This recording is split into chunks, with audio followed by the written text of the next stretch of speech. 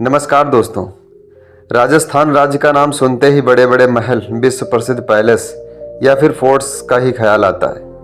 शायद इसलिए इस राज्य में हर महीने लाखों देश विदेशी सैलानी घूमने के लिए आते हैं। कुलधरा गांव, जो कि राजस्थान के जैसलमेर जिले में स्थित, अपनी रहस्यमय कहानियों और भूतिया घटनाओं के लिए जाना जाता है। 18वीं शताब्दी में बसा यह गांव 19वीं शताब्दी के अंत में अचानक खाली हो जाता है। लेकिन राजस्थान के जैसलमेर शहर से लगभग 20 किलोमीटर की दूरी पर मौजूद कुलधरा नामक गाँव एक ऐसी जगह है जहाँ के बारे में सुनते ही कई लोगों की रूह तक कांप जाती है। इस गाँव से एक नहीं बल्कि कई रहस्यमय और डरावनी घटनाएं सामने आती हैं। इस वीडियो में हम आपको कुलधरा नामक गांव की रहस्यमय और डरावनी कहानियों के साथ रूबरू कराएंगे, तो बने रहे हमारे वीडियो के साथ। कुलधरा गांव का इतिहास बेहद ही दिलचस्प है। यह माना जाता है कि प्राचीन काल में इस गांव को ब्राह्मणों द्वारा बसाया गया था। वहीं कई लोगों का मानना है कि कथान नामक पाली के एक ब्राह्मण ने इस गाँव को बसाया था। इस गाँव में मौजूद शिलालेख और नक्काशी के आधार पर कई लोगों का भी मानना था कि यहाँ कई वर्षों तक सिर्फ ब्राह्मणों का ही राज था और सलीम सिंह नाम के ब्राह्मण का राज चलता था। वो अन्य लोगों से कर वसूलता था। भारत के सबसे रहस्यमय और डरावनी जगहों की बात होती है तो सबसे पहले कुलधरा नामक गांव का नाम जरूर लिया जाता है।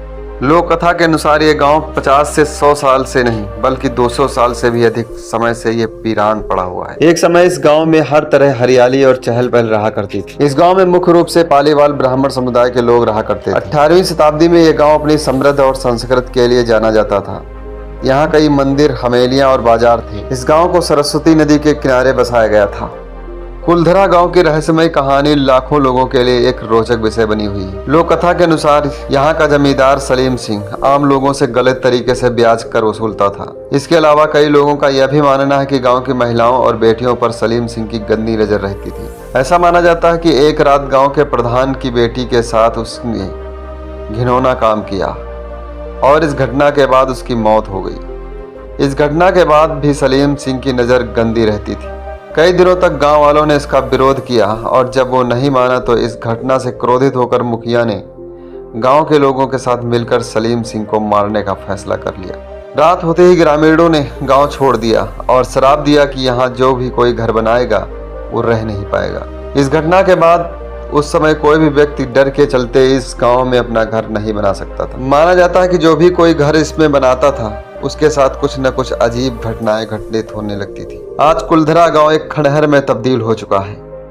यहाँ की इमारतें जर्जर हो चुकी हैं और सड़कें खाली पड़ी हुई हैं। कहा जाता है कि रात में यहाँ अजीबोगरीब घटनाएं होती हैं। किसी की चिल्लाने की आवाजें तो किसी की रोने की आवाजें और किसी के बाजार में एहसास होने का एहसास होता है। ये गांव पर्यटकों के लिए एक लोकप्रिय आकर्षक बनता चला गया, खासकर उन लोगों के लिए जो रहस्यमय जगहों में रुचि रखते हैं। अगर आप सोच रहे हैं कि कुलधरा गांव घूमने के लिए कोई जा सकता है तो हम आपको बता दें कि यहाँ घूमने को लेकर कोई पाबंदी नहीं है।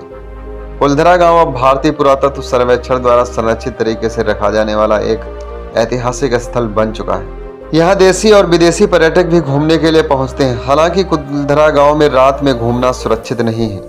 यहाँ अक्सर अजीबोगरीब घटनाएं होने की बातें कही गई हैं। यदि आप रात में घूमना चाहते हैं तो आपको किसी स्थानीय गाइड के साथ जाना चाहिए और शाम होते ही इस गांव के आसपास भाग लेना चाहिए। बात कर लेते हैं कुलधरा गांव घूमने का सबसे सही समय क्या होता है। गर्मी के मौसम में शायद कोई भी राजस्थान घूमने नहीं जाना चाहेगा। ऐसे में अक्टूबर से लेकर मार्च में यहाँ घूमना सबसे अच्छा रह सकता है। टिकट के बारे में जिक्र करें तो इस गाँव में घूमने के लिए लगभग 10 रुपए का टिकट लगता है। गाड़ी पार्क करने का एक अलग चार्ज लगता है।